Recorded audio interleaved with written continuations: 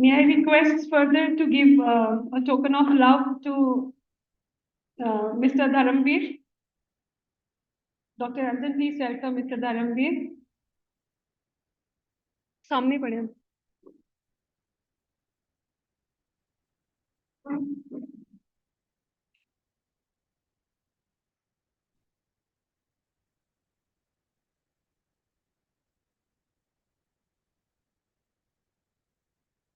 A warm welcome to Professor Kya Dharamveer.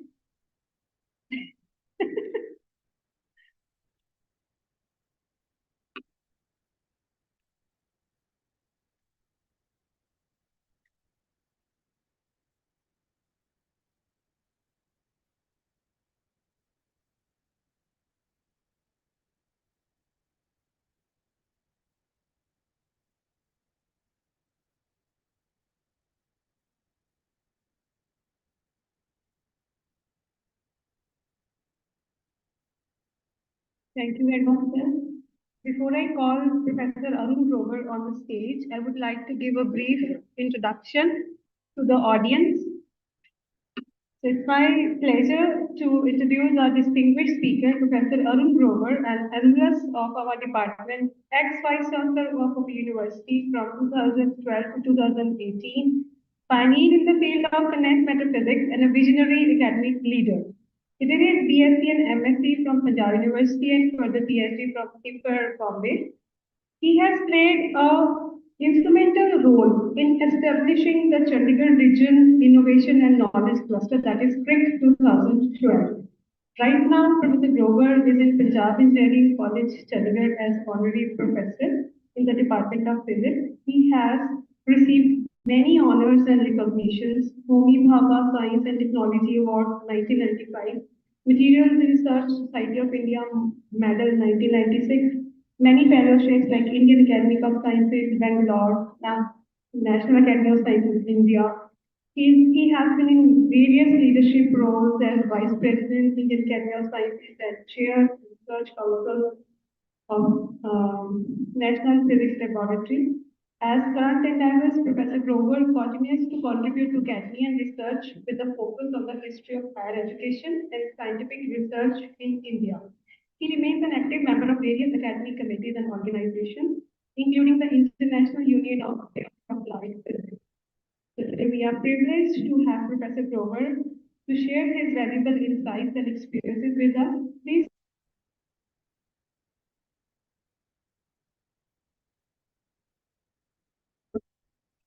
So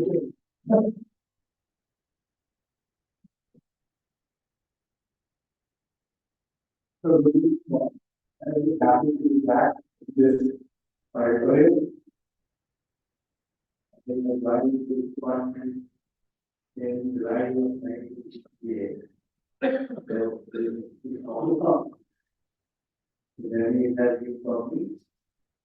And I'm here to do something different today. And that is tell you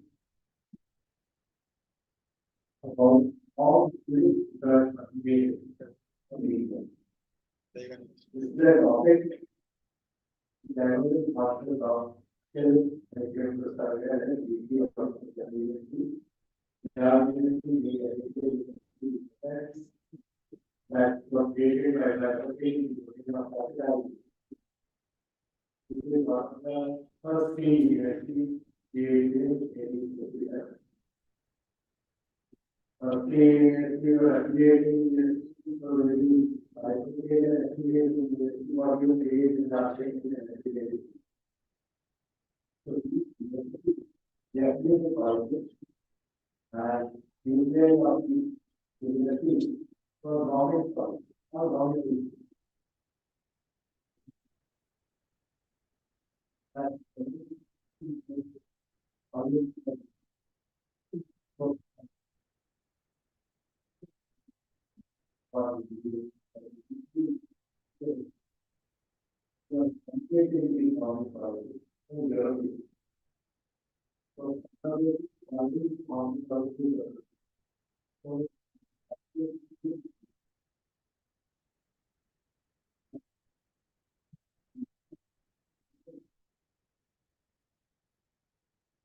Indian students, it took a while to get initiated. So today's story is of that, how it started from 1850 and where we were when India became independent. And today's talk is also a kind of a National Science Day lecture. And 28th February 1928, Mr. C.V. Raman had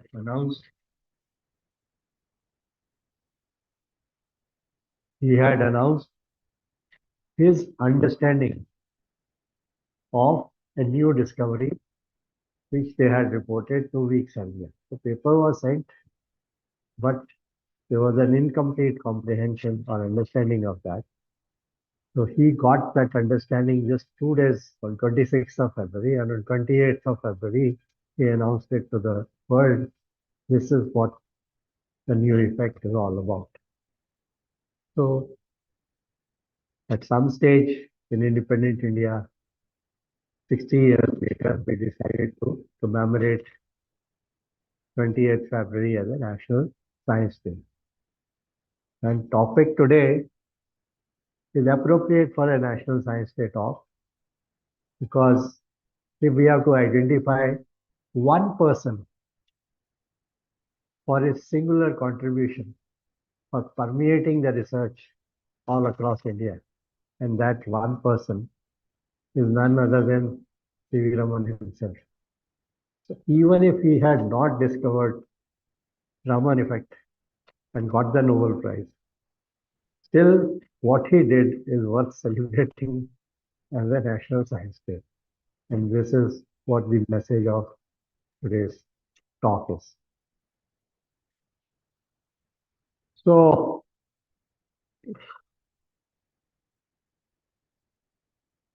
so 2 years ago, 2.5 years ago, the Prime Minister gave a call that we must commemorate 75 years of independent India in the form of Azadi Ka Amrit Mahotsav, lasting for 75 weeks. So everyone was supposed to do something. So Indian Academy of Sciences chose to release this book online, which is written by Professor C.N.R. Rao and his spouse. So the book is titled Founders of Modern India. And this book comprises biography of 15 scientists divided into 4 categories: pioneers, stars of yesteryears, architects, patrons, and others. And in this includes 8 physicists. Okay, the names I have displayed. But in the preface of this book, the Raw states, in terms of recorded discoveries, the clear evidence for practice of modern science in India exists from mid-19th century. Okay, that is why I said 1850. But so if you look at these names, of course, this is a chosen name. So J.C. Bose was born in 1858, and he wrote his first paper only in 1896. So evidence for research by native Indians is actually not even 1850. It is close to the end of 19th century. So I'm going to tell you a story just over a 50-year period from 1856 to 1947, but there is enough to talk. So then, on the occasion of 75 years of Indian National Science Academy, the Indian National Science Academy had brought out another book titled Bright Sparks, and it comprised 4-page biographies of 40 eminent scientists, okay, from the period which is of the order of 70 to 80 years, or let me say, put it just the 20th century. So this has 40 biographies, and in that, 16 of them you can see are with physics background. Okay, and I have listed all those names here. And again, first one is J.C. Bose, and this is how the list runs over. These scientists, you can see for yourself, they come from all parts of the country. They are not specific to given region. So science had permeated all across India, and there are contribution by eminent scientists from all parts of India. This thing. So this choice was made by Professor Narlikar, Madhav Gadgil, and Padmanabhan. Okay, and most of these you can see they were people who not none of them was a living scientist. Okay, in this list. So I told you that first three universities are created in 1857, and that is after the annexation of Punjab by the East India Company in 1849. After that, the first education policy of India came in the form of a Woods dispatch, which said how the school and college education should be regulated. And as a part of that regulation, it was suggested that that affiliating universities should be created, which will affiliate colleges all across India. But India was divided into three presidencies. So in each presidency, actually one affiliating university came in, Bombay, Calcutta, Madras, and this is how we have three universities. And these three universities affiliated colleges. And nuclei of the first three universities was Hindu College transformed into Presidency College in Calcutta, then Elphinstone College, okay, again created by the East India Company.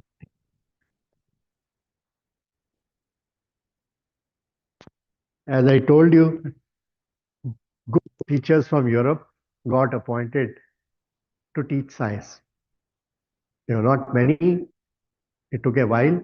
So in Calcutta, the first science teacher was Henry Blandford, who was trained as a mining engineer. And he came initially to serve the Geological Survey of India, but then he is seconded as a science teacher in Presidency College.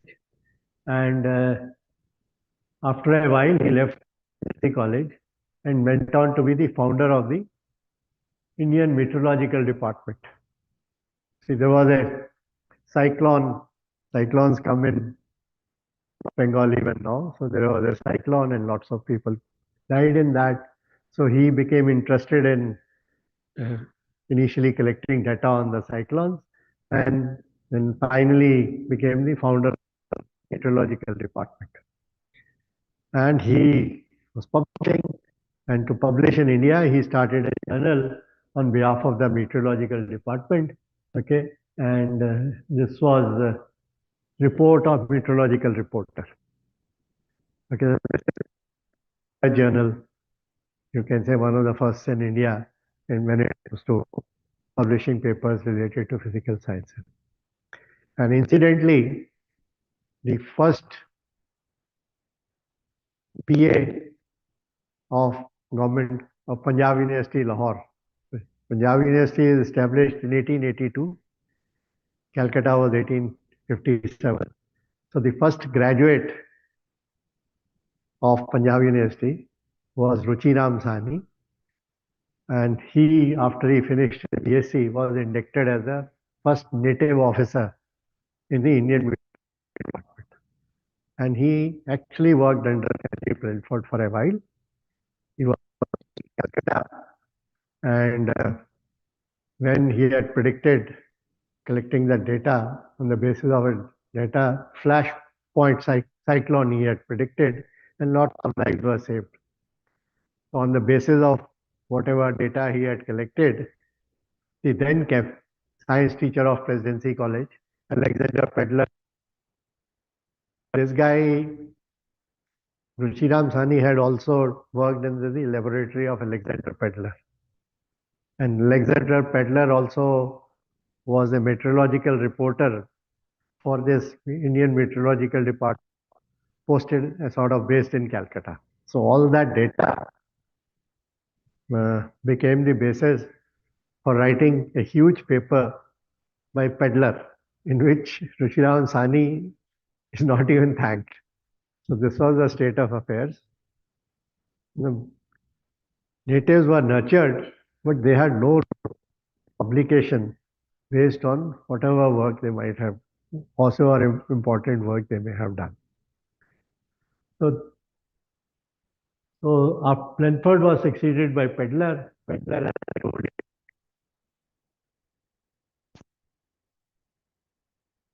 principal of Presidency College, later also the Vice Chancellor of Calcutta University. And Blanford had been awarded FRS in 1880, and Pedler had become FRS in 1892.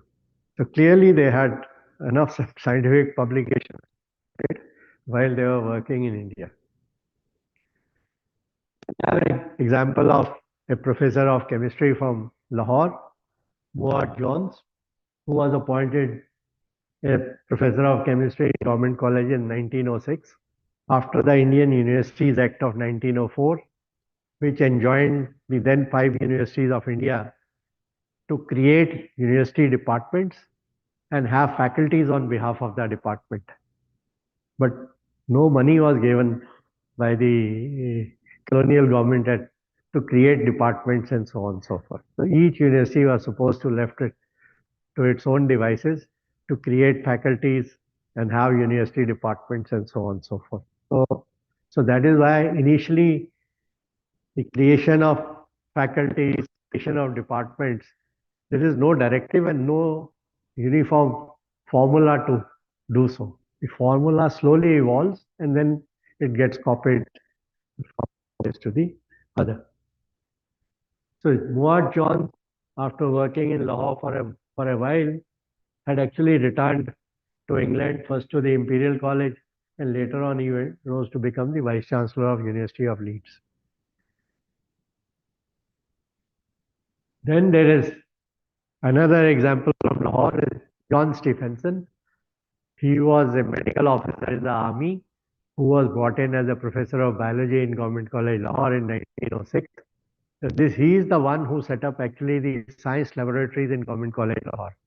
So prior to some 1908 or 9, there were no science laboratories and students did not do any practically while studying for BSc or MSc, and there were no practical examinations.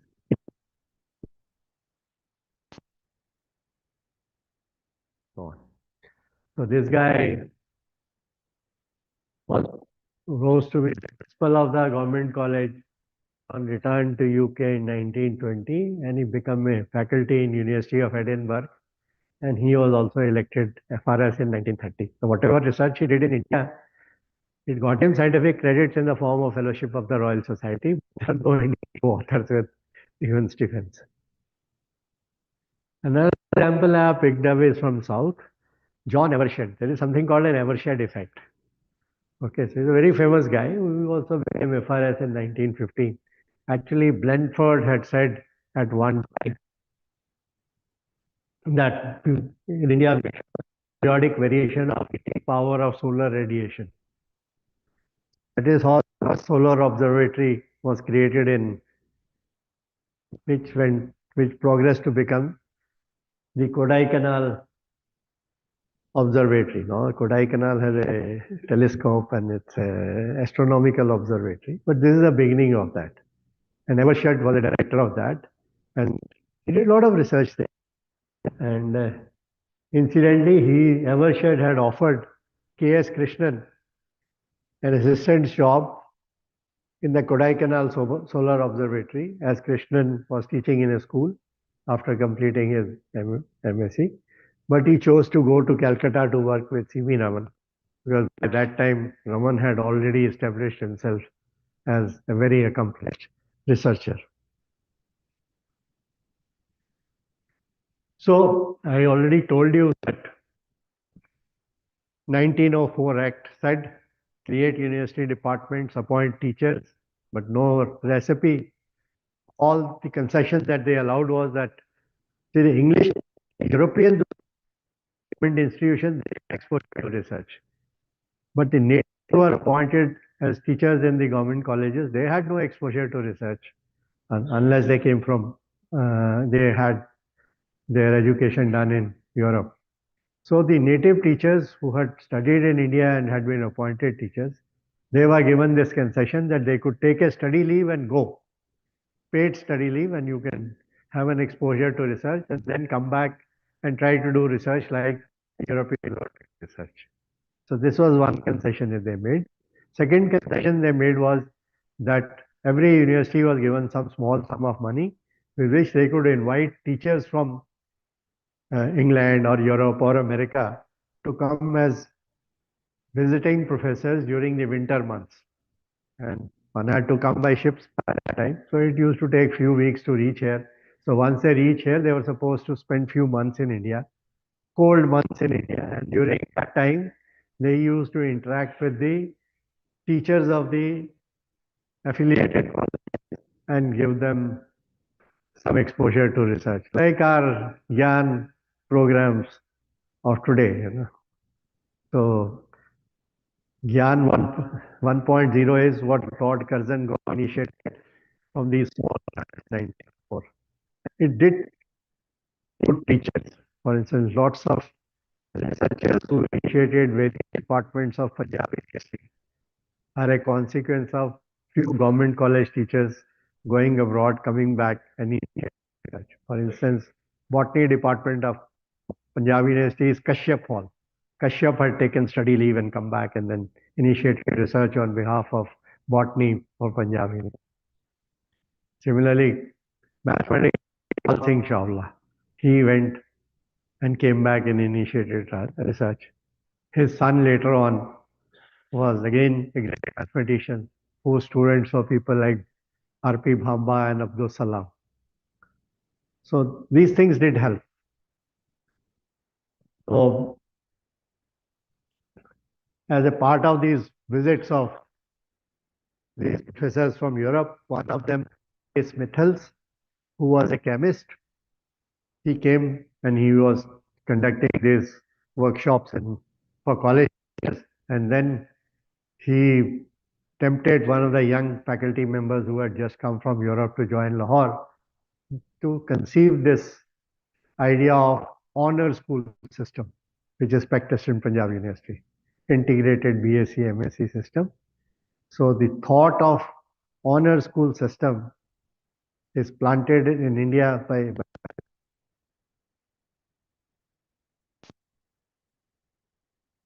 Punjab University had approved the introduction of honor school system, means take students, few students, not all students, few students in every college for a given subject, collect the students from all the colleges in Lahore, and they were taught together by intercollegiate faculty.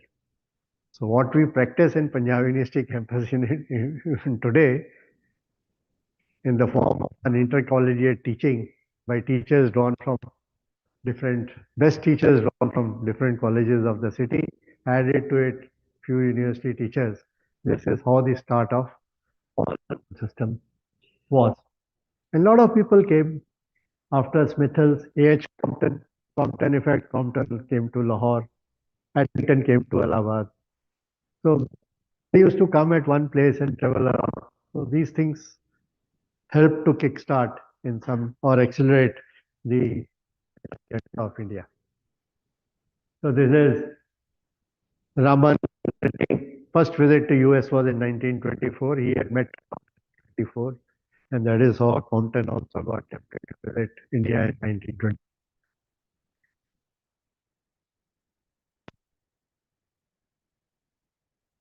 After Raman had announced the discovery of Raman effect in February 1920, sometime in June, and some of it arrived in the south, traveled all across India, met at Allahabad, then went to Calcutta and so on and so forth. He even gave a series of lectures. The course on quantum mechanics was given for the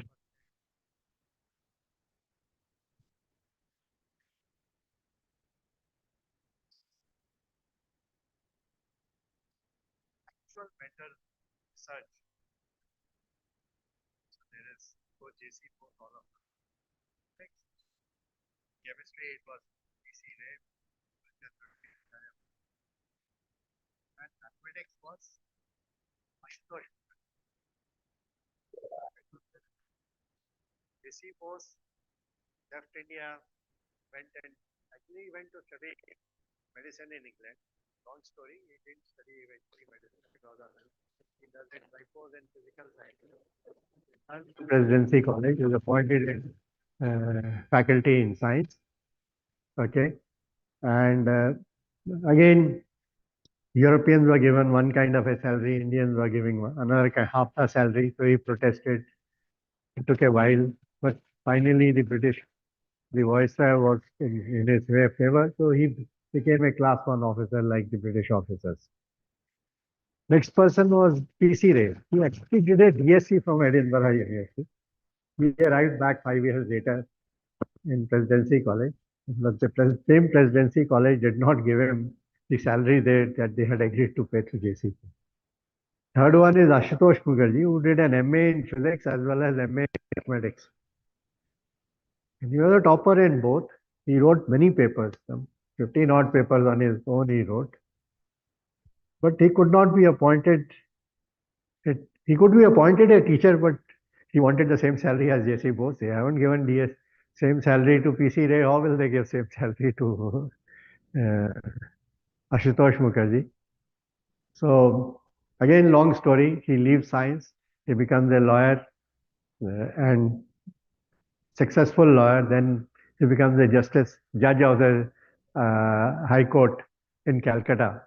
So when the 1904 Act comes, he is a judge of High Court in Calcutta. And he was very critical of what the British were doing via this act. That's another story. But to appease him, they make him the Vice Chancellor of Calcutta University for a period of 2 years. And tell him, okay, you want to nurture research because you feel you are prevented from doing research. So you are VC of Calcutta University, try to organize research so that native students can be nurtured as researchers. So this is a challenge offered to Ashutosh Mukherjee. So he takes up that challenge because the new act of all the 5 universities, Common Act, in that there was a clause, the universities can accept endowments. Private donors, you can accept endowments. So Ashutosh Mukherjee had rich lawyer friends.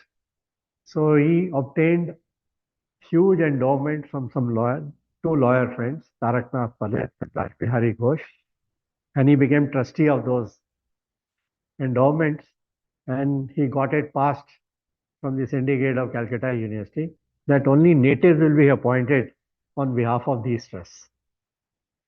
See, the Europeans anyway get good salaries, and for them there is no dearth of high positions. It's the natives who are not getting the position. So very cleverly managed. So he has these trusts, and it takes him a while. You know, he is appointed a VC in 1906. He manages to do this only by 1912-13.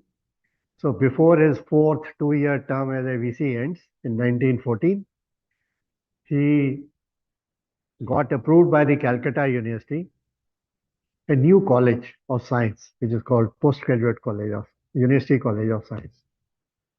So 3 days before his term ended, he got the foundation stone laid. It took him 2 years to construct the building. So by 1916, everything was ready. So serendipity that C.V. Raman joined as a civil servant in Calcutta at the age 19. So he was a revenue officer, 19 years of age. He had already written his research paper in physics when he was a BSc student in Madras.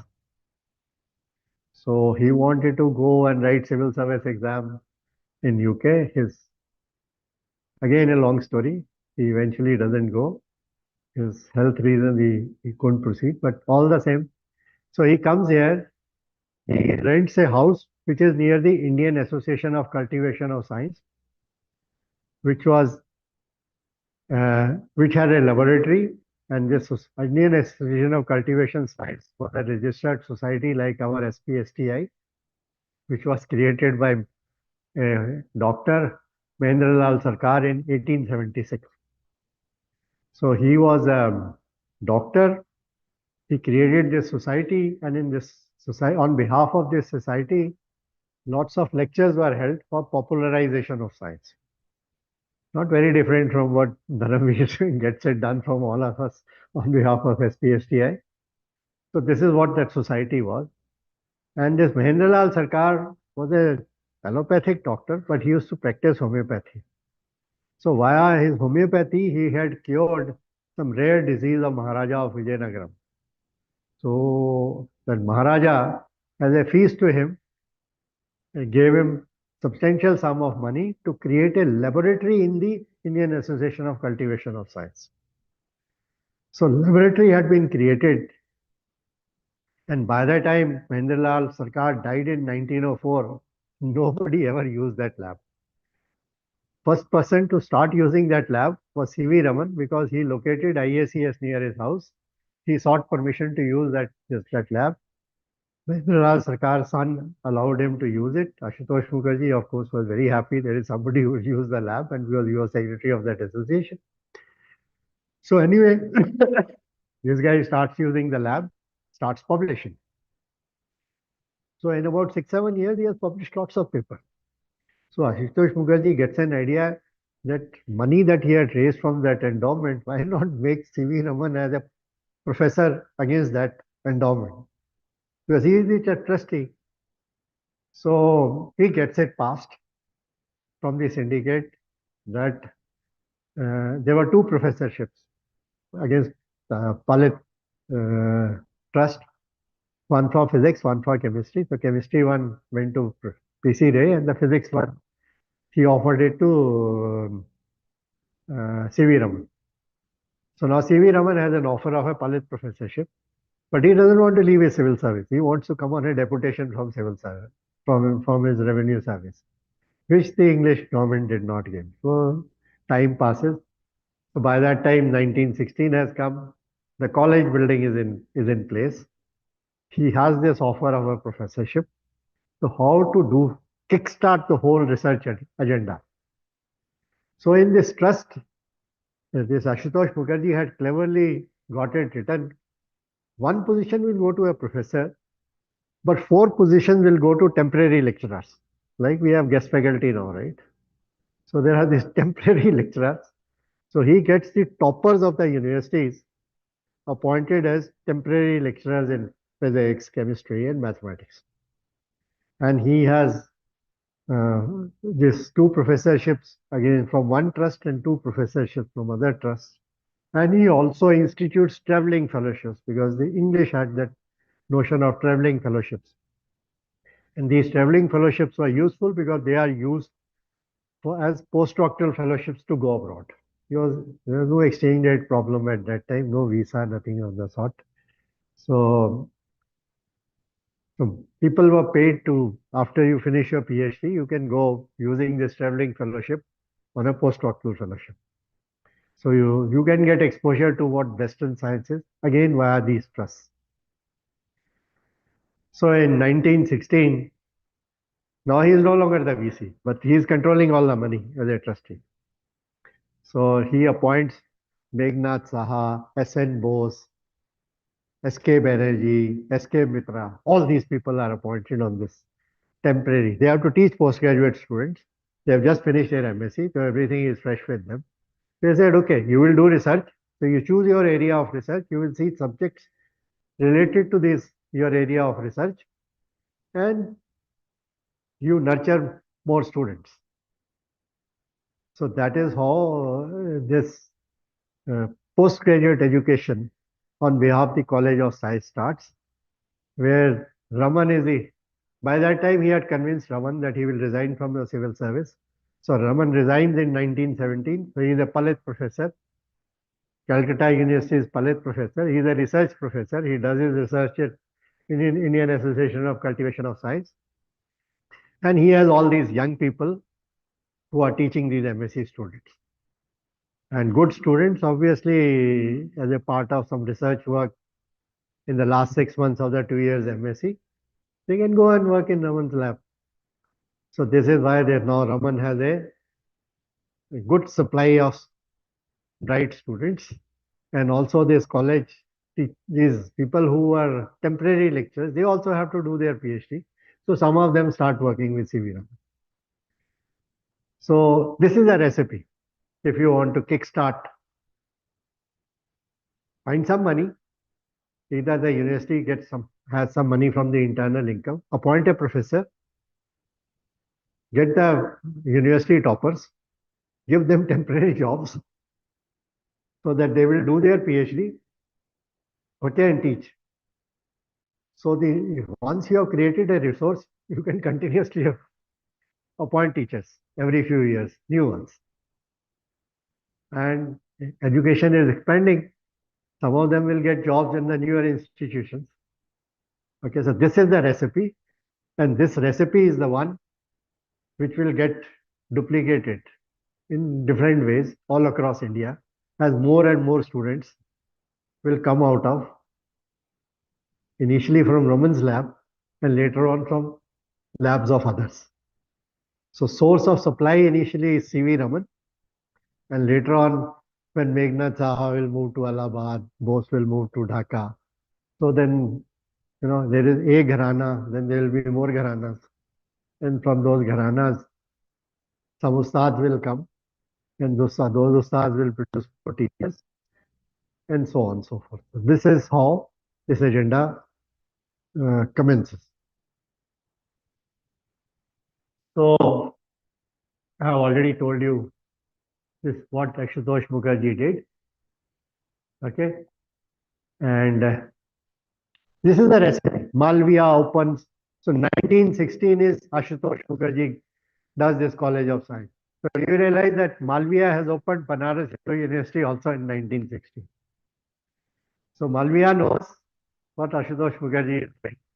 So he's also looking for some CV Ramans whom he can appoint as professors, okay, and get some toppers of MSc from Calcutta or as the time would go from his own university and kickstart the thing. So it's not a gospel that I have told you. G. Venkatraman.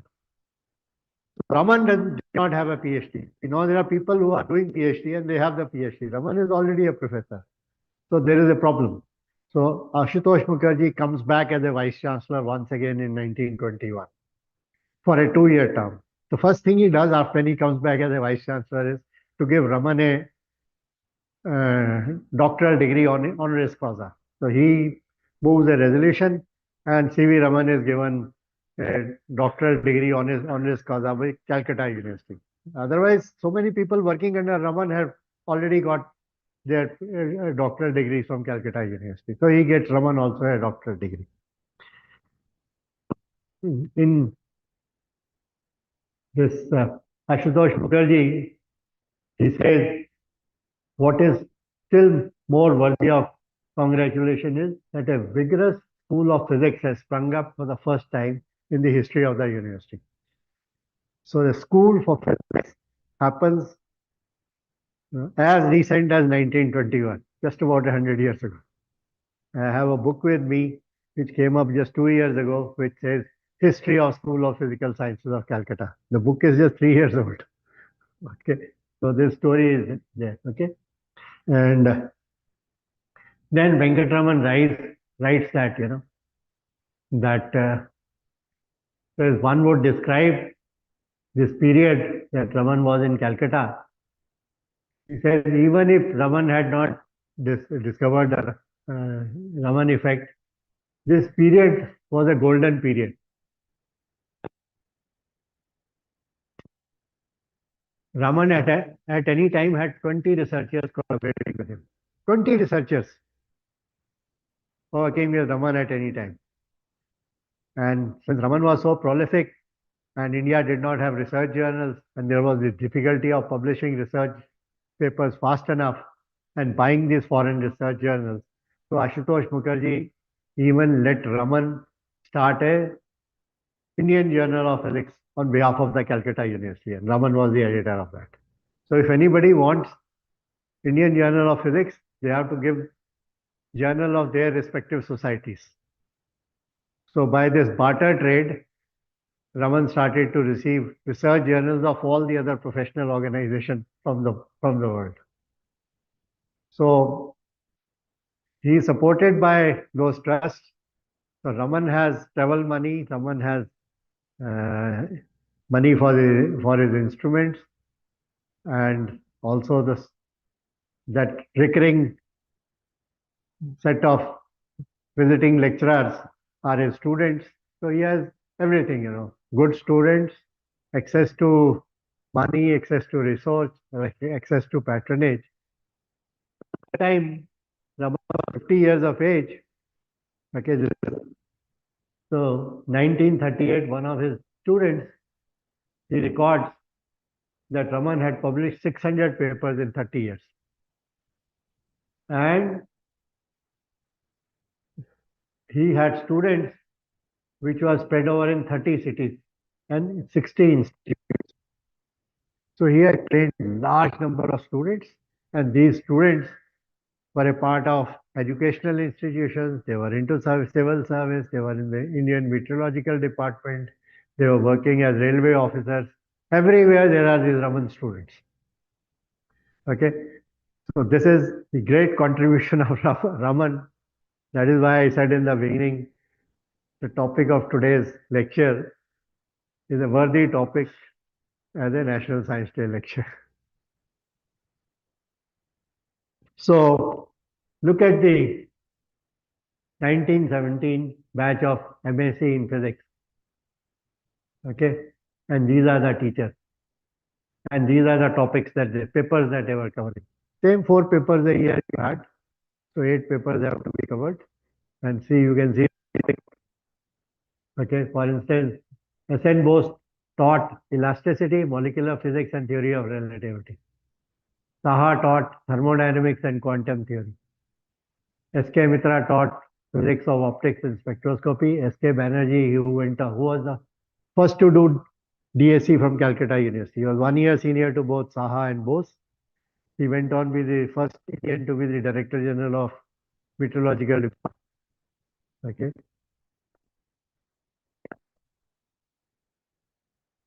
Mathematics, calculus, and differential equation. P.N. Ghosh is the one who set up the Department of Applied Physics in Calcutta. Okay. So all these persons who went on to be worthy of their names as the time went on. So this is the Saha and Bose. So Saha and Bose, okay. Bose is born in 1894, only a few years later than Saha, October 693. So this is 8 out of 10 are born within 6 months of each other. 2 of them are different. One is S.K. Mitra, who was few years younger, and Krishnan, who is few years elder. And these 10 people, they grew up together. So it is not a singularity. I can tell you that in every 5 years, you can collect such people in every place. So this is how Indian science was growing. There was this cluster of people over a few years who were very good and who are growing up and be a source of inspiration to each other. So I told you about Raman. So Meghnad Saha wrote 8 single author papers in 1.5 years. So Calcutta University gave him a DSc degree in 1919. After that, he got Premchand Roychand traveling fellowship, went to England and worked with A. Fowler in Imperial College for a while. Later on, he worked with Nunst in Berlin for a while, came back, and Ashutosh Mukherjee created another professorship for him, which was the Khera professorship. He served at Calcutta University for a few years, but now there is a competition. Newer universities came up. For instance, BHU came up in 1916.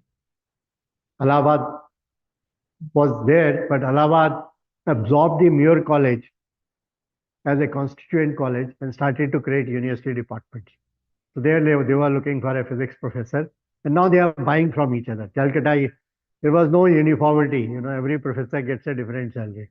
Raman was getting 1,000 plus, whereas Saha was offered only 500 plus in the Kara professorship. But Malviya offered Saha 750 rupees a month, plus some money for traveling and so on. But Allahabad University, which is competing with all of them, they offered even more to Saha. So Saha decided to reject the Malviya's offer, and he goes to Allahabad University and accepts it, becomes a professor and held at Allahabad University. At Allahabad University, he had freedom. He is creating new school, and see the kind of students that he. Now, one of his first students is P.K. Kishlu. P.K. Kishlu was a BSc, MSc from Lahore, and he was the first student of Saha at Calcutta, at Allahabad. He does his PhD in 1927. So Saha even takes him for a trip to US just to see how the education is done in America. He has gone, he became FRS in 1927. He goes to USA for the first time, takes Kishlu along with him. So Kichlu has traveled with him to see what is done in America. So Kichlu comes back and he gets his first regular job at Government College Lahore. Okay, so we trace our legacy to Government College Lahore. So there was first good researcher in Government College Lahore was a person by the name J.B. Seth. Next person was P.K. Kishlu. So B.A. Manan, after this auditorium is named, and you can read about him, he started to write papers with J.B. Seth and Kishlu. So he was a researcher who was collaborating with both of them, and he had his own research as well. So P.M. Anand wrote some 17 papers in Lahore, but no PhD came out of Punjab University, Lahore, in the pre-independent India. But research was done at Lahore in physics as well. Okay, but research is all private business. There is no support for research. Kichlu had set up all his lab at his home. Okay, so this is the kind of a situation it was there at Lahore, but research was there. So there is Kichlu. Next person, famous student of Meghna Sai is Kothari. Okay, so Kothari was a topper at, Kothari came from Rajasthan. He was at Allahabad and given like you know, toppers are given jobs. So he also is given a temporary lecturership in Allahabad University. And Saha dispatched him to Cambridge to work in Rutherford's lab. And there he goes and works with Fowler, the same supervisor with whom Bhabha was working, the same supervisor with whom S. Chandrasekhar was working. So S. Chandrasekhar, Kothari, Bhabha, Rafi Muhammad Chaudhary, all four of them were in Cambridge at the same time. Even V.V. Narlikar, the famous mathematician, relativist, was also in the Cambridge at the same time. He was working with Arthur Eddington, whose photograph I had shown you. So this is how, see, all these people, they knew each other here. And if they didn't know each other, when they go to, I mean, we are a British colony, so people go to Oxford or Cambridge. So when they go there, they can come to know each other and then they return. Nobody is settling down there. The situation was at that time was not like that. So this is Kothari for you. Toshniwal. Toshniwal was also a student of Saha, and he sets up these Toshniwal Industries later on. Then there is R.C. Majumdar, the famous nuclear theorist.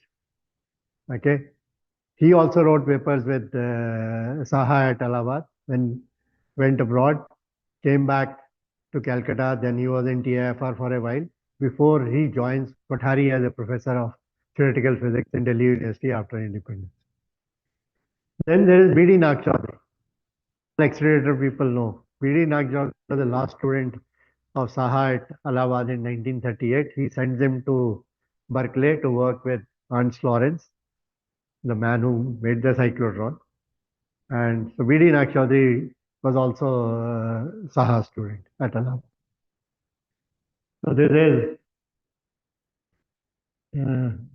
Saha, this is Kothari, and their VC, KC Banerjee was a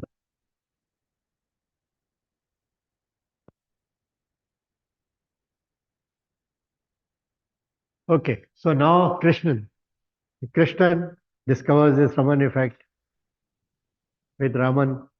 Then after a year, he goes to Dhaka as a reader, where S.N. Bose was a professor. So Krishnan goes to Dhaka. Krishnan goes and creates a school of magnetochemistry at Dhaka. And Dhaka now is nurturing lots of good students. You know, there is Bose, there is Krishnan, and there are more people. J.C. Ghosh was a famous professor of chemistry there, who went on to succeed C.V. Raman as a director in IISc in 1938. So Dhaka is emerging as a center for things. So Krishnan is there, okay, and then Krishnan returns in 1960, leaves Calcutta, goes to Bangalore as director of Indian Institute of Science. Who replaces C.V. Raman in Calcutta? Krishnan comes back to Calcutta as Mahendra Lal Sarkar professor. So Saha was situated in Allahabad.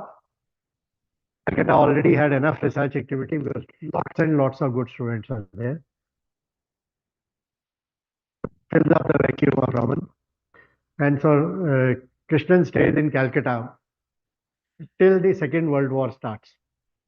So when the Second World War starts, Meghnad Saha comes back to Calcutta as a Palit professor.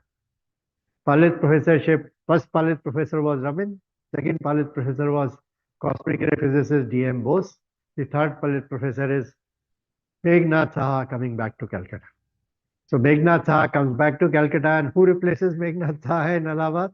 Krishnan goes to Allahabad to replace him. Okay, so there is no vacuum. Okay, so now there are enough good people, enough vacancies, and there is this exchange going on. Okay, so the schools are coming up. There is a school in Dhaka, there is a school in Calcutta, there is a school in Allahabad, there is a school emerging in Lahore also, because Lahore starts as physics honors school in the year 1934. And from 1934 onward, there is a school of physics also in Calcutta. Then similarly, there is a school in Bombay, centered around Wilson College and the College of Science, Royal Institute of Science. There is a school emerging in Nagpur, because there is an Institute of Science in Nagpur. Radhakrishnan, who was new universities created in Voltaire. So who was a professor of philosophy in Calcutta, long story, he becomes the second vice chancellor of Voltaire. So he has seen how Calcutta was nurturing science. So he also creates a college of science, and he employs the last student of Raman at Calcutta, S. Bhagwantam. So Bhagwantam now creates a school of physics and also a nuclear physics later on at Voltaire. That is how Voltaire has this department of physics and department of nuclear physics even today. Same Bhagwantam moves from Andhra University, Voltaire to Osmania University.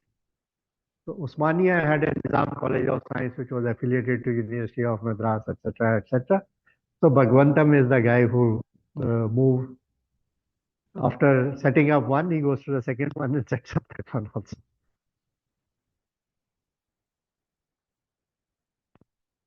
So all this is on. So for in 30s and was spent when more and more schools are coming up, following the same recipe.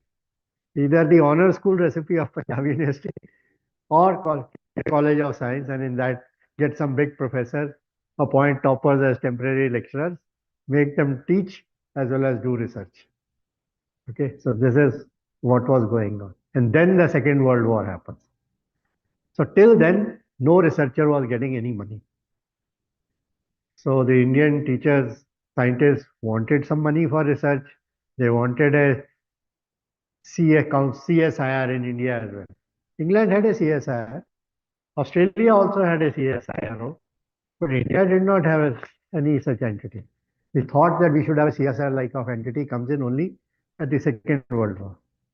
Okay, and at that stage, Bhatnagar, who was a famous professor of chemistry at Lahore, who used to generate money by his consultancy. There was only one professor who made money from his consultancy in India, and that was Shanti Swarup Bhatnagar, physical chemist.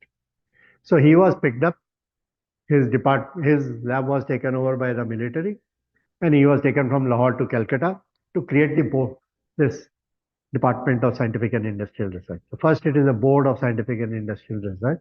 He was given 5 lakh rupees to support research in Indian universities. So with 5 lakh rupees, not much can be done, but still Bhatnagar got hold of all his teacher friends. Bhatnagar had met Saha while Bhatnagar was doing PhD in London in 1920. He and Saha had traveled together to Berlin to meet nuns and so on. So he had all these friendships. And in Donan's lab, where he did his PhD, there was also J.C. Ghosh and J.C. Mukherjee, J.N. Mukherjee, etc., etc. So he has friends, and these teachers get together how to aid the British war effort. At one stage, this independence movement is going on, but all these teachers, scientists, because they are starved of money to sustain their research, they grabbed at whatever money the colonial government was willing to give to aid the war research effort. What are they researching? Import substitution, because all supplies from Europe had stopped. See, from one side, the Japanese submarines uh, were acting against the Allied ships. There, the German submarines were downing the British ships. So there was nothing was coming. So there had to be import substitution. So the idea of self-reliance, Atmanirbharta, actually has started in India from Second World War itself. But Nagar trying to conceive the Board of Scientific and Industrial Research. And that does happen. In 40 by 42, India has a CSI. September 26, 1942. War is still on, and we have a CSIR in India. And also, Bhatnagar has this grand plan of creating 5 national labs. One in Delhi, National Physical Lab, one in Pune, National Chemical Labs in partnership with Tata Chemicals, National Metallurgical Labs in partnership with Tata Steels, National Fuel Research in Dhanbad. Again, because steel, iron need good coal, so some fuel research has to be done. How to extract more and better quality coal, some research has to be done. So that is how Dhanbad is National Lab for Fuel Research. And then war needs material substitute. So Central Glass and Ceramic Research Institute is to come up at Calcutta. This is how these 5 national labs are planned in the middle of the war. And they have this money on which they are meeting and distributing. So the Saha comes up with a grand plan that war will end one day. And now we are being involved in the development of India. And the colonial government doesn't have any agenda for development of India. So we should get together and do a discussion as to how India should be developed as and when the war would end. So it is in the backdrop of all this in September 26, 27, 2-day meeting, like you are having 2-day meeting at Punjab University. So Saha gets collected, all these teachers, scientists, there are not many in number, some 40 odd people were there. They get together in Calcutta, and each guy is assigned one agenda. So you have to speak on something. So you get together, you speak, and then proceedings are brought out. But proceedings will take a few months to come. But they pass a resolution. India must have a National Research Council. What should the National Research Council do?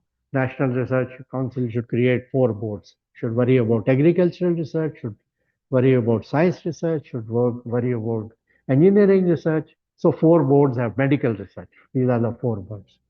So they draw out a complete algorithm how India has to be developed, how India has to be managed in all domains, how the manpower has to be generated.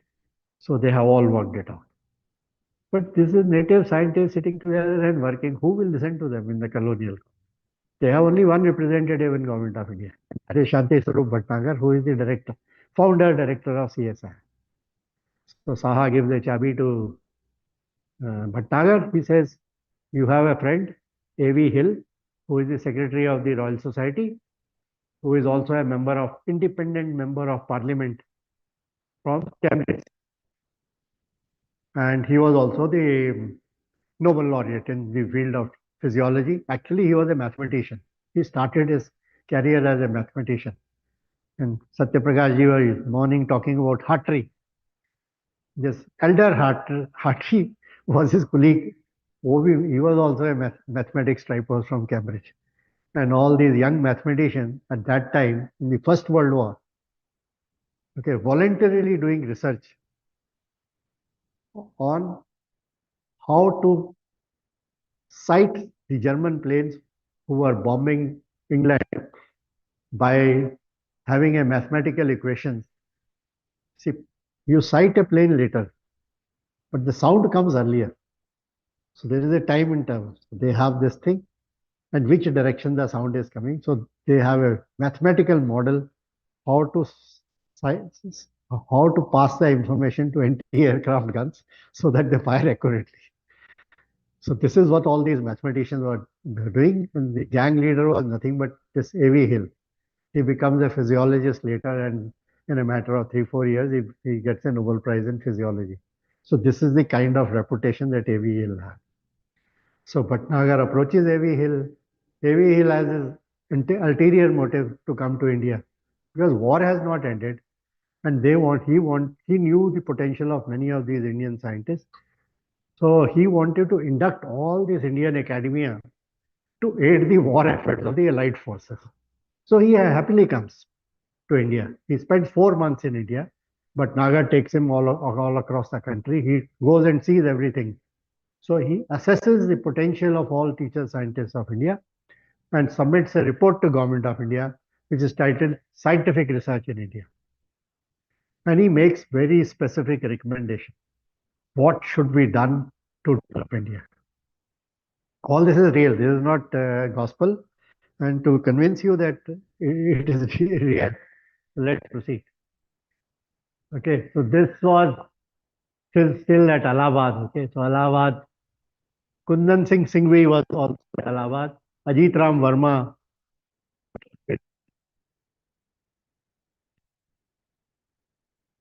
the mathematician. After Ramanujan, the two Indian mathematicians who are world class. Okay, one was Harish Chandra, the other is Sarudaman Chawla, son of Gopal Singh Chawla. Okay, so this Harish Chandra was at Allahabad. Radio astronomy, India. Was also a student at Allahabad. K.P. Sinha, who passed away a few months ago, theorist at Indian Institute of Science, Bangalore. He was also at Allahabad. K.P. Sinha had a student, N. Kumar, who was also a theorist, who was director of Raman Research Institute. Okay, and this is that K.P. Sinha. S.K. Joshi was a contemporary of Professor Pathak. He was only a few years senior to Professor Pathak. And they were all at Allahabad. Okay, when Kedareshwar Banerjee, who was a successor to C.V. Raman, was at Allahabad. Kedareshwar Banerjee was a student of Raman. Banerjee at Allahabad was succeeded by Kundan Singh Singhvi, who had studied at Allahabad, gone everywhere. He was also the theorist of Homi Bhabha for all the reactor theory as well as the head of the theory group. So he was the successor of this thing. So all these people are responsible for the research agenda of India. So before we go to April, so how about Aligarh Muslim University? The Aligarh Muslim University is also a center for research. When did it start? Saeed Ahmad, who started the Anglo-Mohammedan College, it is as early as 1877. It was AMO, Anglo-Mohammedan Oriental College, okay? MAO, sorry. Mohammedan Anglo-Oriental College. MAO.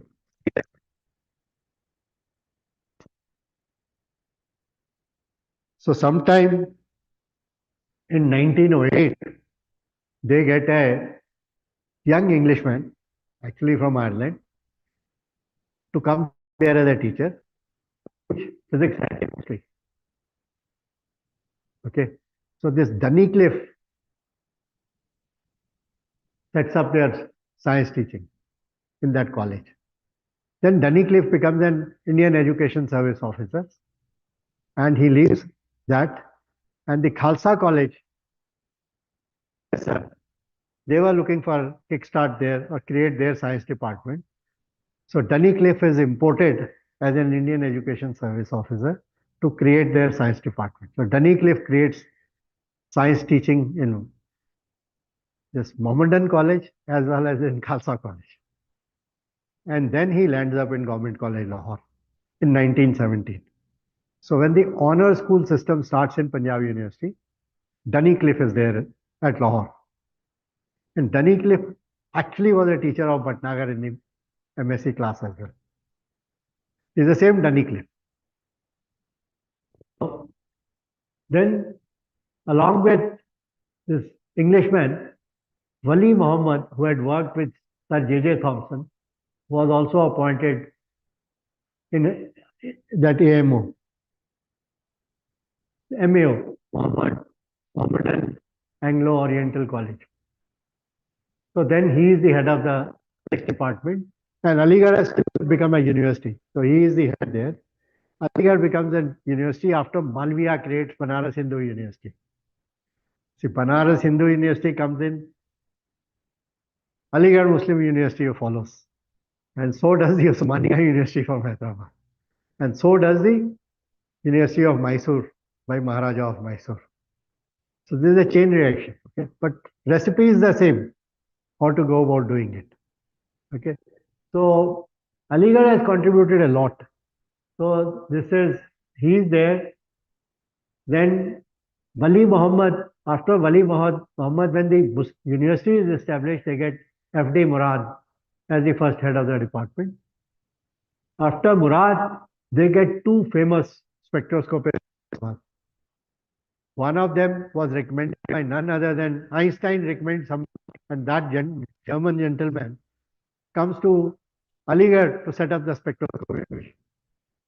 Then there is a guy called R.K. Usundi, very famous spectroscopist of India, who and had long story.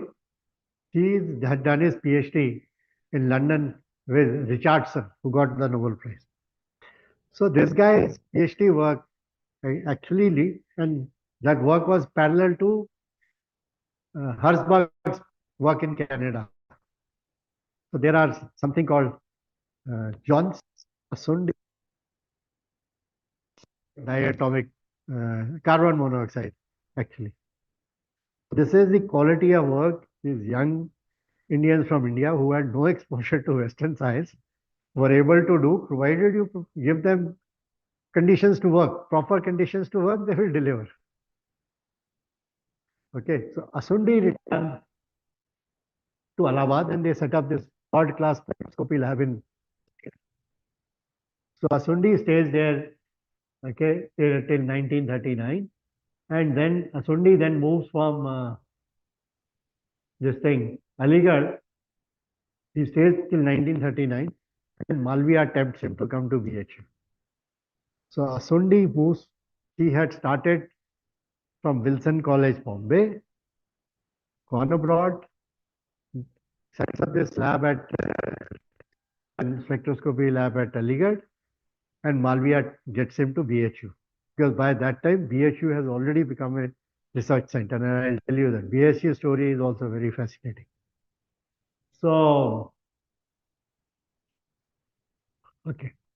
So Aligarh is not over. So this Rafi Muhammad Chaudhry, I told you, who was a student with Fowler and Kothari and so on. Rafi Muhammad Chaudhry returns to, he was an Aligarh graduate, he returns to college. Aligarh Muslim University, once the university is there. So Rafi Muhammad Chaudhry eventually will go on to be the second chairman of Pakistan Atomic Energy Commission. The first chairman of Pakistan Atomic Energy Commission was a contemporary of Bhatnagar, Nazir Ahmed, who was also a in Islamia College. So first and the second chairman of Atomic Energy Commission, they are all contemporaries of Lahore. One of them actually is also a contemporary of Bhabha at Cambridge. So we take Pakistan's very lightly. We should not take them lightly. I mean, they are as competent as we are. They have the same heritage as we have. Whatever we can do, maybe a few months later, a few years later, they can do exactly the same thing. Because they have same stock of people. So Aligarh had this Safi Muhammad Chaudhry. Then at the time of independence, all the Muslim teachers, they go over to Pakistan. So they have to kickstart the whole damn thing again. To kickstart this whole damn thing again, Zakir Hussain becomes the VC of Aligarh Muslim University, and he inducts the he will induct Gill at Aligarh. Pyara Singh Gill was a student of Compton at Chicago. He worked at FC College Lahore from 1940 to 47. So he was a competitor of Bhabha. Actually, and in some sense, for a few years, he did better research on cosmic rays in India than Homi Bhabha did in Bangalore. But let's leave aside that story. There are lots of interesting tidbits about that. But this is how the Aligarh is kick-started after the independence. And Aligarh re-emerges as a center for research. So BHU. So BHU, as I told you, he wants a C.V. Raman. He actually wanted C.V. Raman. Had already committed to Ashutosh Mukherjee, so he doesn't get C.V. But he appoints C.V. Raman as a visiting professor. So what is the second best he can do? He inducts N.K. Sethi in the BHU and sends him to work with C.V. Raman for his PhD. So you cannot get Raman, get somebody trained under Raman. So N.K. Sethi goes and comes back. He is a teacher at BHU. He travels from between Banaras and Calcutta. His railway line was still there and Howrah Mail was still running. So he does his PhD. Then he also imports another student of C.V. Raman, Sogani from Calcutta. So this is how this PHU physics department starts. And most importantly, Malviya inducts the Dasanacharya. We are all of our age. Professor Tripathi knows his son, B.A. Dasanacharya, who has retired from atomic energy. B.A. Dasanacharya's father was a very eminent physicist. He was so eminent a physicist, he had worked with a Nobel laureate Wien, and he had done his postdoc with H. Compton. So this B. Dasanacharya was imported by Malviya to start the high-class experimental research at BHU. And he was really good experimentalist. He even set up a physics museum in BHU, which got abandoned at the time of independence. But he had a physics museum of a kind that he had seen in Germany and in Chicago. He created that at BHU. So this is the quality of this. And this T.V. Ramakrishnan, Jayant Narlikar, they were all inspired by this. He, of course, inspired his own son, V.A. Dasanacharya, who was in the first batch of training school at BRC, etc., etc. So this is that Dasanacharya was at BHU. V.V. Narlikar, Malviya did not let him complete his PhD in Cambridge. He had gone to Cambridge. He saw that this guy is so rated. He was a topper of mathematics, typos, etc., etc. He told him, PhD करने का कोई जरूरत नहीं है. Come, he made him a professor and had that PhU and brought him from England to this thing. And P.C. Vaidya was V.V. Narlikar's student at BHU. Malviya was right. Whatever you have to learn from the Englishman, you have learnt it in 2 years. No time to come and nurture my university. So all this, and Asundi, I told you, Asundi is the guy, see, Bhabha is also after him. So after he retires from BHU, Bhabha takes him to create the spectroscopy division of Bhabha this atomic energy establishment, Bombay. And Asundi is the first chairman of Board of Research in Nuclear Sciences and of Atomic Energy. Asundi is the guy who was also the one who started this annual symposia of atomic energy. Initially there was only one symposium in whole of physics, which was called Symposium in Nuclear Physics. Then it becomes Nuclear Physics and Solid State Physics. Then it was broken into two parts: nuclear physics separate, solid state physics separate, then high energy separate, astronomy separate, optical listing. The father of all these is none other than Asundi. So I told you about Wilson College. Wilson College also. So Asundi was a student at Wilson College, and this Wilson College had a Christian teacher. He was a Wilson College was set up by Scottish priests. So there's H.J. Taylor had come from there, and he had gone and done his PhD with Rutherford, and he is the one who started cosmic ray research in Bombay long before Bhabha comes to set up TIFR in 1944. So Taylor was doing this cosmic ray research at Bombay. Similarly, at Lahore, even before P.S. Gill came and started to do cosmic ray research, there was this Forman Christian College in Lahore, which was set up by the American missionaries. So in that, there was a professor called G.M. Benarde. So Benarde also used to do cosmic ray research. And Benarde had done his PhD with A.H. Compton's brother, who was also a head of the physics department at Princeton, K.T. Thompson. And he went on to be president of MIT later on.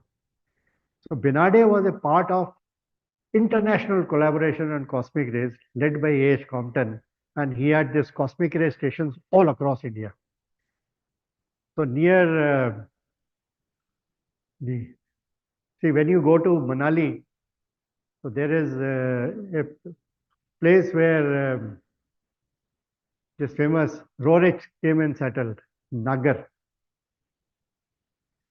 At Nagar, there was a Cosmic Ray Research Institute, which was created by Roerich's son. And that was the central place from where expeditions used to go to Ladakh and for cosmic rays experiment all over Ladakh, China, and so on. And all this went on in 1930s from India. India was a part of this international collaboration on cosmic ray research.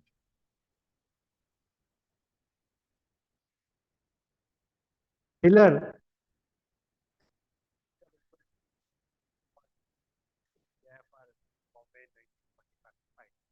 So to kickstart TIFR, Taylor helped Bhabha a lot.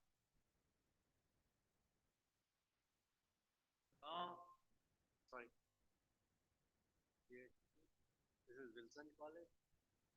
What about Madras? Madras had these two famous colleges, Presidency College in Madras, and there was this Madras Christian College. Madras Christian College is the one from where the Lahore copied this honor school. Madras Christian College, they admitted students 2 years BSc, 2 years MSc. You can do BSc, MSc together over a period of 3 years. 4 years course condensed into 3 years. And after that, you do 1 year of research. So you will get a honors degree in physics or chemistry. After 1 year, you get the MSc degree. So this is a system that Madras Christian College means 2 plus 2 is equal to 3 plus 1.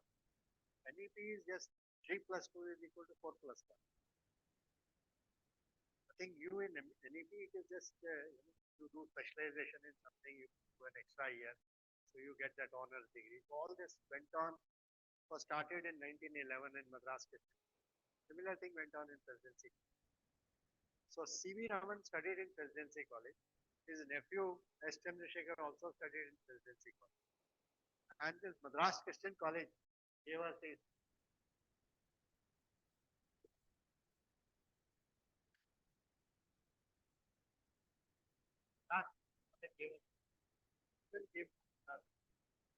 Raja Ramana came from PCG Sudarshan also came from us. P.T. Narasimhan of IIT Kanpur.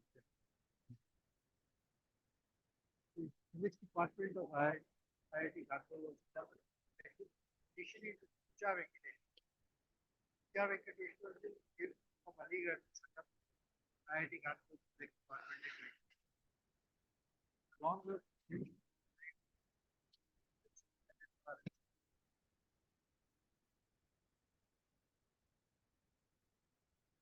so I have already told you this honor school of Punjab University. Okay. Teaching in honor school can consist as far as possible of discussion between teacher and student, guidance in reading and criticism, and technical. It shall exclude the use of textbooks and delivery of lectures to be recorded and this was the spirit in the Gurukul way. What to do? The spirit behind it.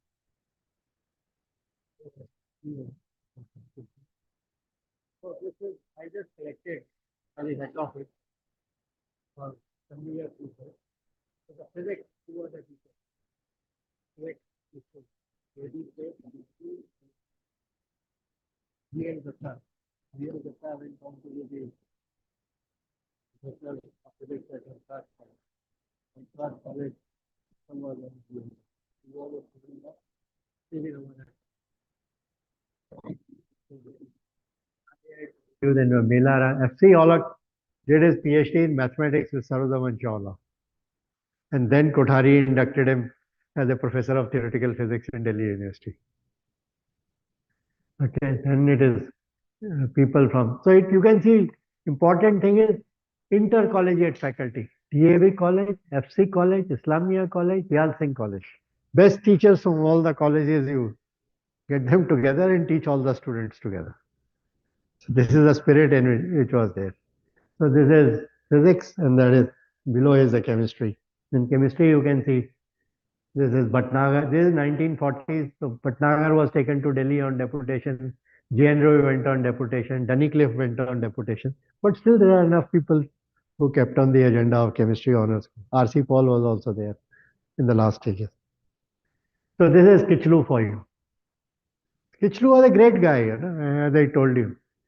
The Department of Physics of Lahore was smoothly run, dedicated and well respected for teaching, training and applied research in physics. And Kichlu had his personal laboratory where he used to train people.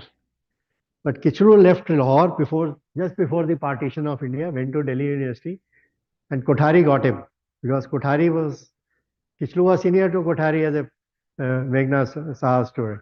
So Kichlu went there and see, after the partition of India, all the students from Lahore, where do they go? Delhi University taught these honor school students in physics and chemistry in Delhi.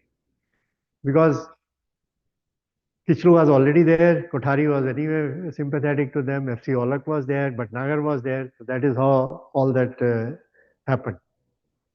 So Kichlu went on to be the director of National Physical Laboratory, second director after Krishnan suddenly died in 1961. So this is, and Kichlu also set up, every day you say, teachers should be entrepreneurs. So Kichlu actually after retirement set up an optical instruments company, which did quite well. And this is Kothari. Okay, Kothari was the first advisor to the defense science research. The second advisor to the defense science research was Bhagwantam. Bhagwantam of Voltaire fame, Bhagwantam of Osmania fame. And Bhagwantam was the third director of Indian Institute of Science.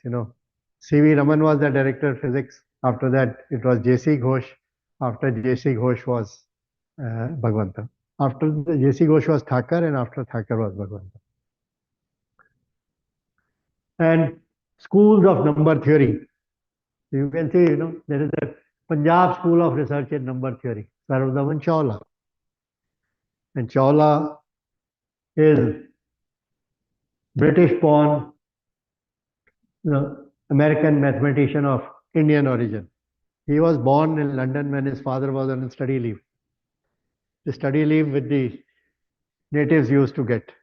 So that is how he is the one who set up the school of mathematics, first at Voltaire, then at Lahore, and after partition of India, he came to Delhi as a refugee. There he had no job. So since his contemporary was Chandrasekhar at Princeton, at Cambridge, so Chandrasekhar arranged for him to move from Delhi to Institute of Advanced Study, Princeton, when he was languishing as a refugee in Delhi. And after that, he never came back. So I have told you all this. They wanted a CSR, it didn't happen. Finally, the CSR happened. And when the CSR happened, this is the kind of key physics teachers where they were working and the war started. Raman, Saha, Mukherjee, Krishnan, Asundi, Kothari, Bhagwantam, Baba, Sarabhai, so on and so forth. Okay. So all these people got together, okay, and they adopted a resolution for creation of National Research Council.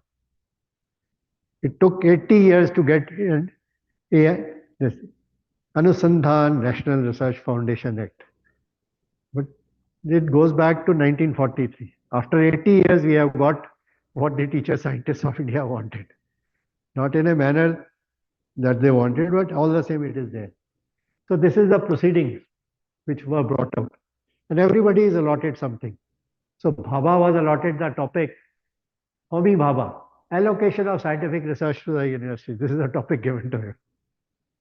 Saha, of course, was basic principles of organization of scientific research. And Bhatnagar was organization of scientific and industrial research in India. So there is a assigned topic. You make a proposal that this is Bhatnagar and this is A.V. Hill sitting on the pavement of Bhatnagar's house in Delhi, 1944. This I got it from his son, and this is February of 1944. Okay, so this is the recommendations of A.V. Hill. Recommendation is there for everything. Agriculture is India's most important industry. Create a super specialty hospital like AIMS. Have IITs in India. Whatever we have done in independent India, everything is a part of these 19 recommendations. I have just listed them. You can read them later on. Okay. He says, provide financial assistance to National Institute of Science, namely INSA and other professional associations. Let INSA assume the role of Royal Society London. Let INSA provide support to scientists and teachers to attend conferences, pay for publication, journal in libraries, etc. Support universities as scientific education is the fundamental basis of scientific. Expand meteorological research. Create an institute for CSIO is also a part of A.V. Hill plan. Okay, and this is what A.V. Hill said on October 29, 1944. Disaster lies ahead if India's industrial development and national welfare are not immediately attended to. Indian independence was nowhere in sight in October of 44. Okay. So, but Nagar says there is no doubt that the short stay of a scientist has produced many lasting effects on Indo-British cooperation, then have the goodwill missions of politicians. So many missions came, Cripps mission, this mission, Simon Commission, this. They didn't yield what should be the agenda for development of India that this thing yielded. So then, first education policy was post-dispatch, 1854. 90 years later, there is a second education policy via the Sargent Committee's recommendation. But Tara was a part of that Sargent Committee's recommendation. They are also detailed recommendation. What should happen to the school? What should happen to the university? So it is this Sargent Committee said we should have a UGC like our institution. And this only says financial assistance to be given to the universities as a block grant for a number of years to enable university to plan ahead. The centers of advanced study worked for a few years and then they collapsed. But these things had been thought in pre-independent India, and Kothari tried to implement all those when he was chairman of the UGC. All the recommendations of Sargent Commission and A.V. Hill recommendation. So this is Krishnan, first director of NPL, Kichlu, second director of NPL. Kichlu was Saha student, A.R. Verma, okay, also came from Banaras, okay, and he was Kedareshwar Banerjee student. Mitra, okay, was student of S.K. Mitra. S.K. Mitra was a student of Raman. S.K. Joshi was a student of Kedareshwar Banerjee. Kedareshwar Banerjee was a student of Raman. E.S. Rajgopal was a student of R.S. Krishnan, who was also a Raman student in Bangalore. So the first 6 directors of NPL were students and grand students of Raman and Saha only. So this is the kind of deep influence these stalwarts had on the agenda of physics research in India. So Bhabha, I think I have taken enough time. So you can read about it, how Bhabha went about creating the TIFR. Bhabha also, advisor was A.V. Hill, and Bhabha also received all the support from Bhatnagar. Without Bhatnagar, there is no TIFR, because it is a TIFR which got, it is CSR which got TIFR going. And in CSR, it is Bhatnagar who became a friend of Bhabha, because Bhabha became FRS in 1940.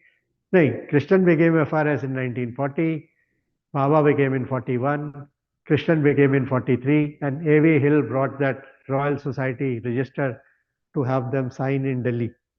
Only time that Royal Society Kagas has gone out of England for the signatures of the newly elected fellows is when A.V. Hill brings this in. So this synergy between Krishnan, Bhabha, and Bhatnagar actually got the atomic energy program going.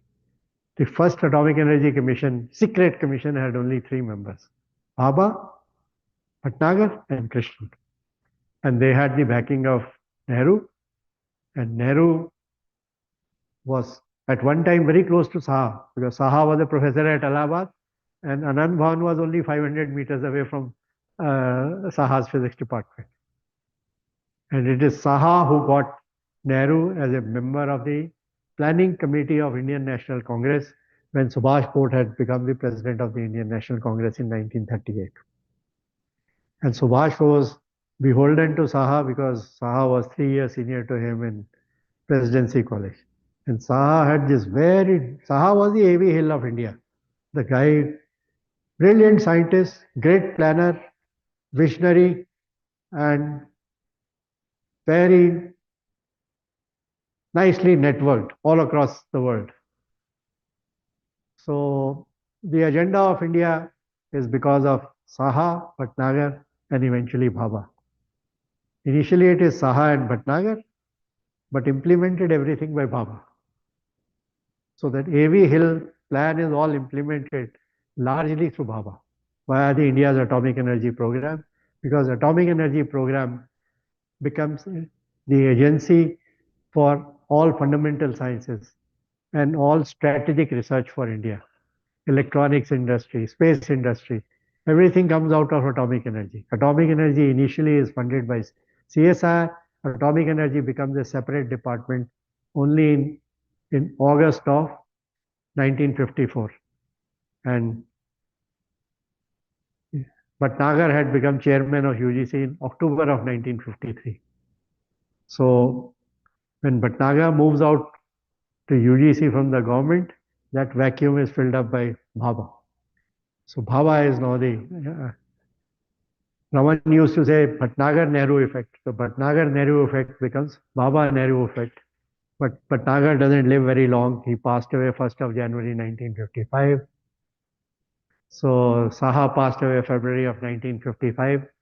So that vacuum has to be filled up, and that vacuum is filled up by contemporaries of Bhatnagar and Saha, namely J.C. Ghosh, who had succeeded Raman and who was a co-student, PhD student with Bhatnagar in London, and Mahalanobis, who was 1 year senior to Saha in Presidency College. And he had set up this Indian Statistical Institute as early as 1931, 33. So this is how the agenda of India moves. And this is how the research in India permeates. Where a handful of people who used to quarrel, compete, but when it came to national agenda, they didn't let the India down. So you can read through it, okay, lots of things are written. So kind of people that Baba inducted into TIFR in the beginning years, that includes Yashpal, Devendra Lal from Punjab University, Brahm Prakash, the fuel man, uranium fuel man of India, was a PhD student of Bhatnagar at Lahore. He becomes the man who gets India the indigenous fuel when India has a dispute with Canada, when first reactor, Cyrus reactor, has to becomes critical. India has to find fuel because the Canadians refuse to give fuel. The man who does it is Brahm Prakash, who had his PhD with Bhatnagar in Lahore in 1938.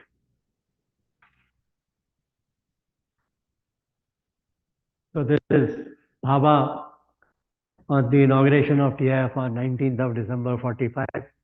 This Bhabha is there, Saklatwala is there, chairman of the Dharobji Tata Trust and then governor of Bombay. This is Niels Bohr visiting TIFR in early 50s.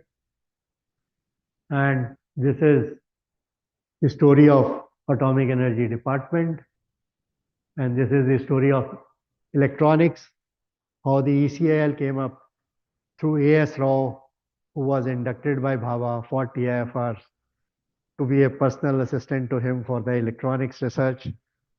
He used to get all the payloads of Bhabha made, which were to be flown in balloons and planes. The same A.S. Rao, engineer, becomes the first founder of Electronics Corporation of India in Hyderabad. And then Vikram Sarabhai also was with Bhabha for a while in Bangalore.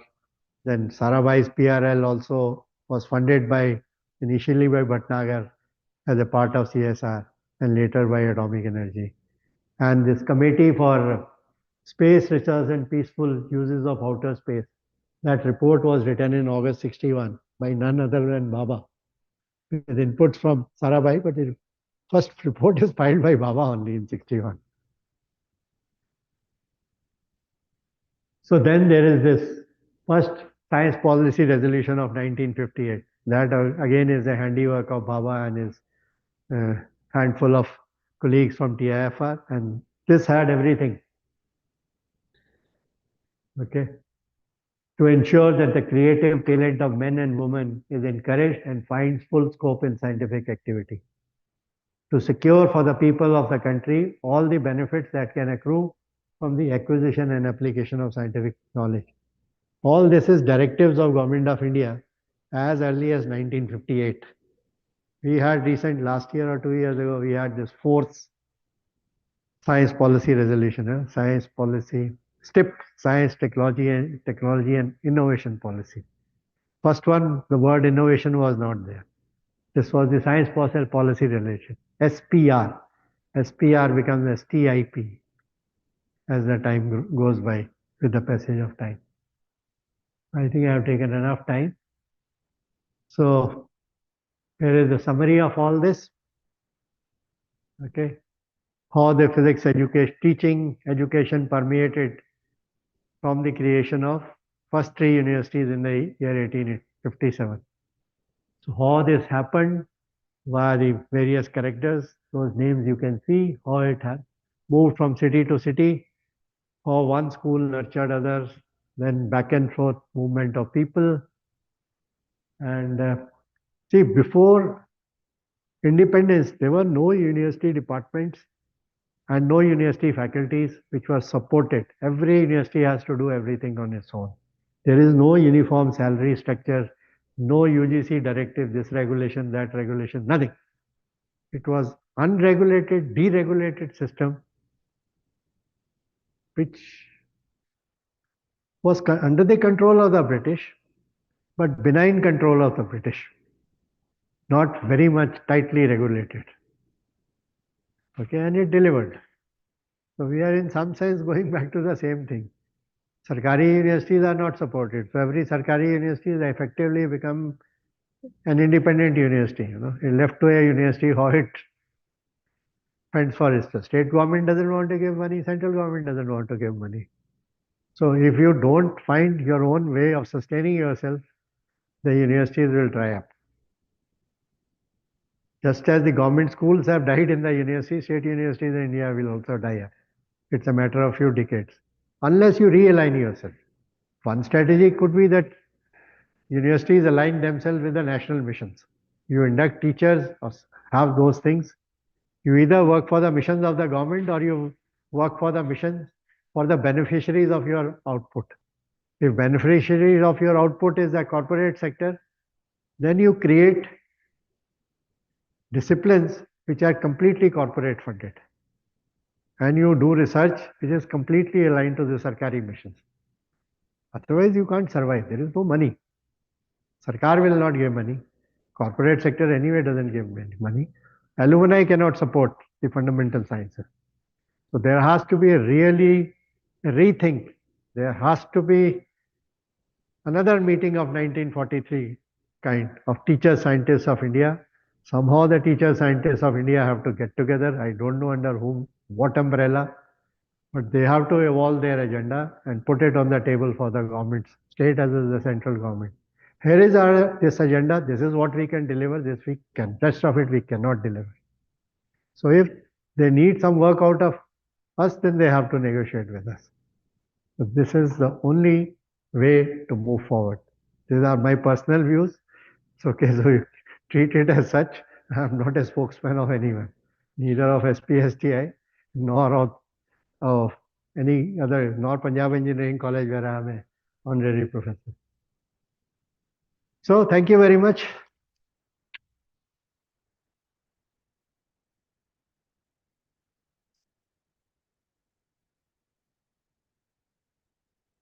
Very much, sir. It was quite interesting and relating to this how science and scientific research have been cultivated and has progressed in India.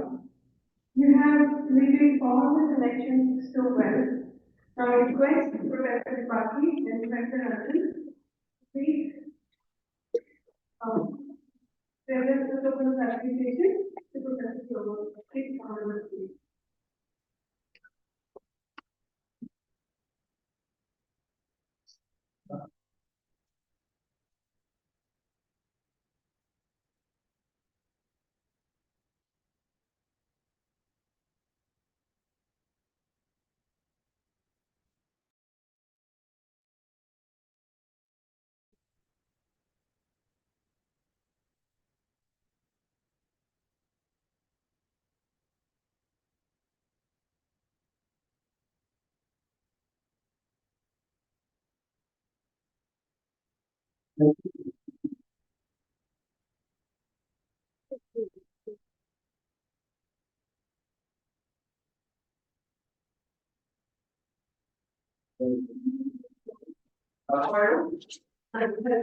Thank you very much.